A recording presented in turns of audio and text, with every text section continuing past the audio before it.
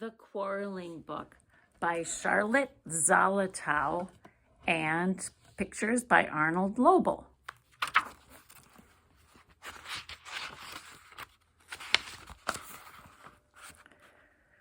It was a rainy, gray morning, and Mr. James forgot to kiss Mrs. James goodbye when he left for the office. Mrs. James felt quite cross because of this, and because the rain made the day so gray.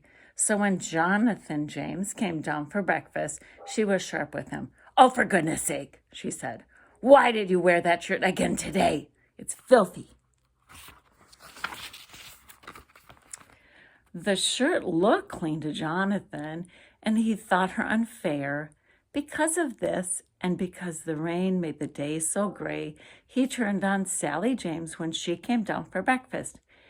"Can't you ever get down in time?" he said. "You'll be late for school for sure."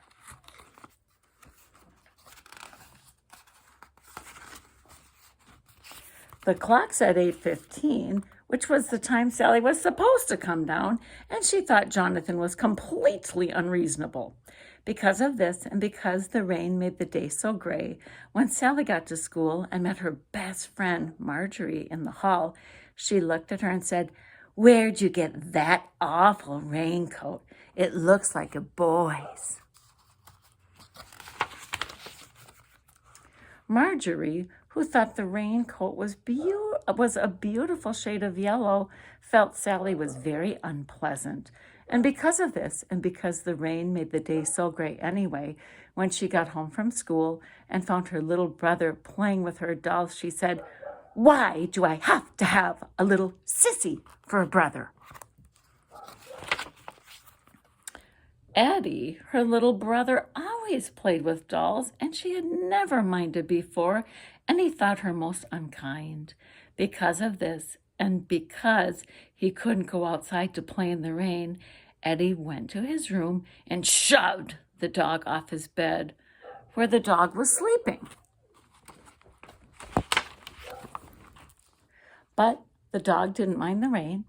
She thought Eddie was playing, so she put her front paws down and her hindquarters up, and her tail began wagging. She pounced on Eddie, and they rolled over and over, wrestling together, until the dog won and sat down on Eddie's chest and began licking his face.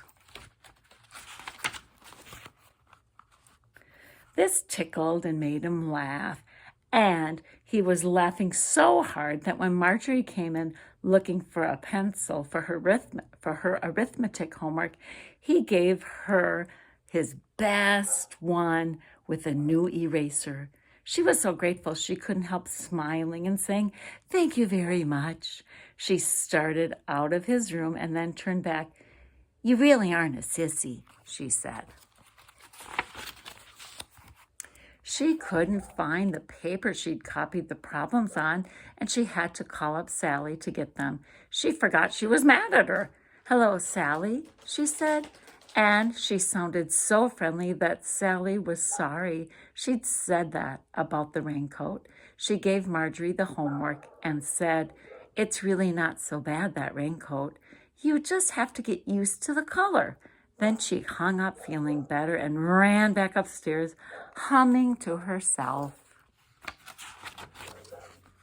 She met Jonathan at the top of the staircase. "Hi there, Johnny," she said. "I wasn't late at all." And she smiled at him so pleasantly that Jonathan said, "I was just teasing you." "It's okay," said Sally. Just then, Mrs. James came into the hall. Jonathan said, "I'll put this in the laundry tonight for sure, Mom." And Mrs. James was so pleased that he remembered. She said, "All right, dear. I couldn't have hung the wash in all this rain anyhow. Tomorrow will do just as well."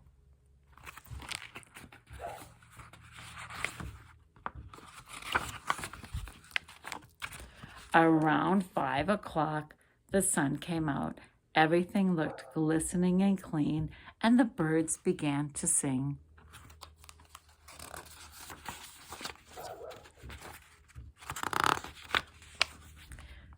Just as Mr. James came home and gave Mrs. James a great warm hello kiss before he went upstairs to wash up for dinner. The end.